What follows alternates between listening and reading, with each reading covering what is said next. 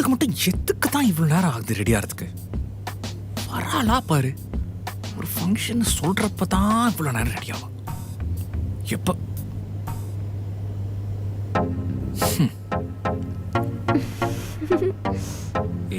எவ்வளோ நேரம் டி நேரம் சீக்கிரம் வா போலாம் வா. அவ்வளவுதான் ரியாக்ஷனா? ஏய் என்னடி என்னாச்சு வா போலாம். நான் வரல. என்ன பிரச்சனை உனக்கு? பின்ன நான் எவ்வளோ கஷ்டப்பட்டு சாரிலாம் கட்டினேன் தெரியுமா? கொஞ்சமாச்சும் நல்லா இருக்குன்னு கூட சொல்ல வேணாம், முழுசாவாச்சும் பார்க்கலாம்ல. ஓ ஏய் சூப்பர் டி. வேற லெவல் தெரியுமா? ஒரு நிமிஷம் திரும்பிக்கோ. வா தேவதை மாதிரி இருக்க நீ. நானே கண்ணு வச்சிருவனா பாத்துக்கோவேன். போதுமா போலாமா? நல்லா நடிக்கிறீங்க, அதெல்லாம் எனக்கு முடியாது.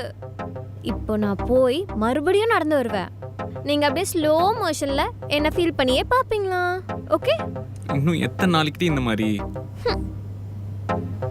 சரி போ போ போயிட்டு வா.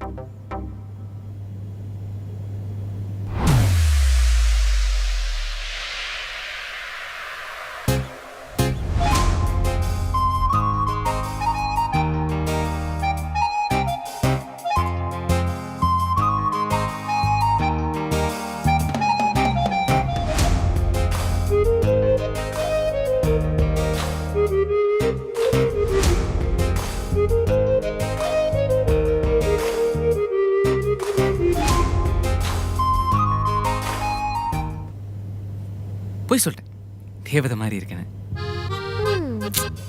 நீ அதுக்கும் மேல. அது எனக்கே தெரியும். வாங்க போலாம். இந்த பொண்ணுங்களாம் எப்படிதான் இந்த சாரியை கட்டுறாங்களோ?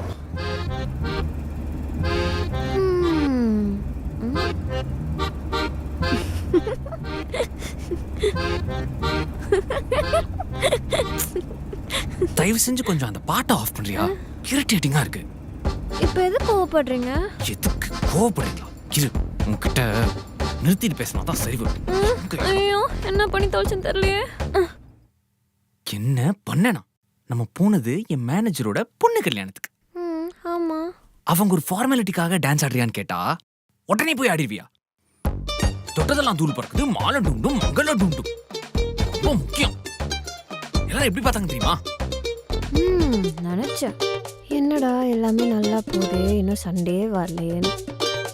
அவங்க கூப்பிட்டாங்கன்னு தாங்க போனேன். என்னை விட சின்ன பசங்களாம் எப்படி ஆடினாங்க தெரியுமா? உங்களுக்கு பிடிக்கலன்னா சொல்லியிருக்க வேண்டியது தானே?